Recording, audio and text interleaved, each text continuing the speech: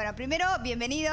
Muchas gracias. Pancho, le vamos a decir. Todo el mundo le dice Pancho, Sí, ¿no es cierto? Así Pancho. que sos Pancho Cabrera. Quería saber, en principio, tu opinión acerca del nivel de despidos que ha habido desde que se inició este 2016. Porque la oposición dice hay una ola de despidos. Hoy Scioli dijo 150.000 en Radio Mitre. Conversaciones con Longobardi dijo 150.000 Daniel Scioli, uno de los presidentes del PJ, ¿no? Y al mismo tiempo el gobierno sostiene que no hay tal ola de despidos. ¿Cuál es el número, digamos, que ustedes sostienen? Mira, es buena la pregunta porque la argumentación que está detrás de la ley antidespido es eventualmente una situación de crisis coyuntural de despidos. Y esto es falso. Hoy me comentaban que hay de estos 100.000 despedidos del Estado Nacional. Nosotros hemos dicho, y lo repito y lo digo claramente, nosotros despedimos 10.900 personas del Estado Nacional. Eso es cierto, y ya dijimos que no vamos a despedir a nadie más. Sí, hoy te escuché, Mitre, que dijiste Sí. que este compromiso de no despedir también tenía que ser de parte del Estado. Ahí ya ¿no? tenés una diferencia de 90.000. Y después de eso, nosotros tenemos alguna información bien clara respecto de cómo funciona la ley del mercado, la ley del mercado laboral, porque la AFIP da de alta cada mes los cuiles de las personas que funcionan en el mercado formal privado. Las personas que trabajan en ese mercado formal privado son 6.300.000 personas aproximadamente. En el último mes aumentó el número de cuiles dados de alta. En el abril versus enero se creció.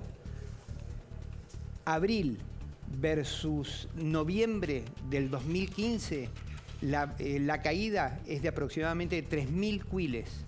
Es decir, la crisis laboral es de 3.000 personas. En el interín hubo una caída importante en la industria de la construcción, de 44.000 personas. Bueno, eso es Ahí un montón. ese es el área más Muchísimo. afectada, Sí, ¿no? es el más afectado. ¿Qué hicimos nosotros respecto de eso? Hubo una caída muy importante porque nosotros dejamos de pagar a las empresas constructoras que estaban funcionando, trabajando en la obra pública. Nosotros regularizamos esa situación y obviamente las empresas inmediatamente recuperan al activo más importante que tiene, que son sus empleados.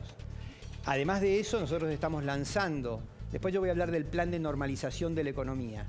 En este plan de normalización de la economía, lo que está pasando en este momento es que estamos relanzando el plan de infraestructura y el plan de aguas, se llama el plan de aguas de Argentina, que tiene que ver con saneamiento, cloacas del 48% de viviendas de la Argentina a 75% y agua potable del 80%. Ministro, pero eso significa tomar gente ¿desde cuándo? Porque, a ver, imagino yo que el laburante está con el corto plazo, ¿no? Digamos, no puede decirle de acá a un año vamos a generar fuentes. Desde ya, porque a una empresa que vos ya la estás comprometiendo a que va a trabajar, nosotros estamos haciendo una licitación por día.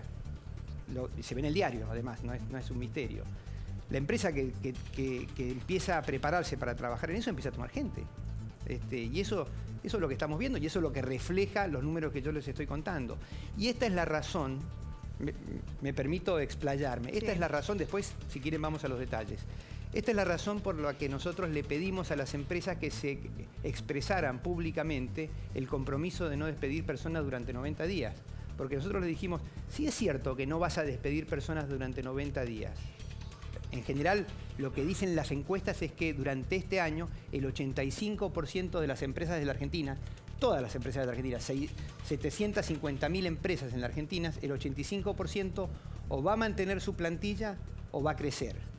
Entonces digo, si es así, ¿por qué no lo manifiestan públicamente? Pero entonces, si esto es así como usted dice, ministro, digo, tanto Perdón, las termino. variables... Que manifiéstenlo públicamente para quitar el argumento. Si a ustedes les parece mal en una ley de indemnización, quiten el argumento de la crisis circunstancial. Ahora, voy sobre ese punto que me parece importante. Si las cifras que usted da son correctas, si efectivamente el 85%, conozco la encuesta, pero digo, si efectivamente es así, ¿por qué ocurre que se ha llegado a esta situación política? ¿Por qué hay en un sector de la sociedad la sensación de que va a haber más despidos? El propio Felipe Solá, que es diputado del Frente Renovador, habló de esto, de sensación de despidos. A los empresarios le costó tanto aceptar esta propuesta que hacían ustedes de firmar un compromiso. Estuvieron 4 o 5 días cuando en realidad se suponía que eso debería ser algo rápido. ¿Por qué está este clima político si esto es así como usted dice? Bueno, hiciste varias preguntas en una. Yo creo que la verdad, ¿por qué llegamos a esta situación? Yo creo que sí, que efectivamente hay una sensación y se ha instalado la sensación de que hay una crisis de empleo coyuntural. Y por lo tanto parece natural que si hay una crisis de empleo se tomen decisiones respecto del cuidado del empleo. Lo que no creo que pase desapercibido y que por los legisladores nacionales, los números de la AFIP, que yo estoy citando. Esto, si alguien me quiere negar estos números, que llame ahora por teléfono, no sé si acá se puede. Esto es público y se publica además. Entonces, me parece que hay también alguna intencionalidad política y puede haber a lo mejor un criterio para nosotros equivocado y para otros no. Nosotros creemos que una ley de este tipo no promueve el empleo ni lo defiende. Además de eso, recuerden algo muy importante. La verdadera crisis de empleo que tiene la Argentina, que la tiene, es estructural y que no tiene que ver con este gobierno, ni tampoco tiene que ver con el gobierno anterior. Tiene que ver con la falta de inversión de años en la Argentina. O sea, que se reconoce una crisis que tiene que ver con que hace falta generar empleo. Esto es una realidad. Hace falta generar empleo. Para generar empleo hace falta inversión. Y para que haya inversión, una ley de este tipo es contraproducente. Vos decís que puede tener una intencionalidad política, o sea, podría ser la intención de debilitar al presidente en su obligación, que él siente una obligación, vetar la ley si así se votara. Igual, bueno, ahora Massa dio marcha para atrás, ¿no es cierto? Sí. O sea, que podría no haber quórum. Massa se está fregando las manos, Mariana está así, Sergio Massa, porque claro, está haciendo valer su rol de árbitro en este asunto, ¿no? Y lo está aprovechando muy bien. En algún momento apretó un poco y le marcó la cancha, como se dice popularmente, al gobierno nacional, y ahora hizo lo mismo con el kirchnerismo. ¿Por qué? Lo explicamos en una línea. El kirchnerismo quería montarse en esta situación política y empezar a hablar hoy mismo, en la sesión de hoy, que era para otros temas, de este tema de la ley antidespidos, y Sergio Massa dijo: a mí el kirchnerismo no me va a llevar a los empujones a hacer una sesión especial, así que bueno, el debate se va a realizar. Y él insiste en que no votarían una ley que no tenga aquellas facilidades para las pymes. Sí, las facilidades, sí, las cosas que él ha cambiado, ¿no? Hablando de las facilidades para las pymes, además del arreglo que se hizo con las empresas para no despedir por 90 días, se habló de algunas facilidades para las pymes. ¿Cuáles serían esas facilidades que se le darían más allá de la ley, digamos, ¿no? Sí. Dejemos la ley de lado. Es que esto, la realidad es que no tuvo nada que ver con esta situación coyuntural. ¿Te imaginas que para nosotros lanzar un proyecto PYME estando desde el gobierno requiere de un acuerdo con Alfonso Pratgay, con Alberto Abad y con Jorge Triaca?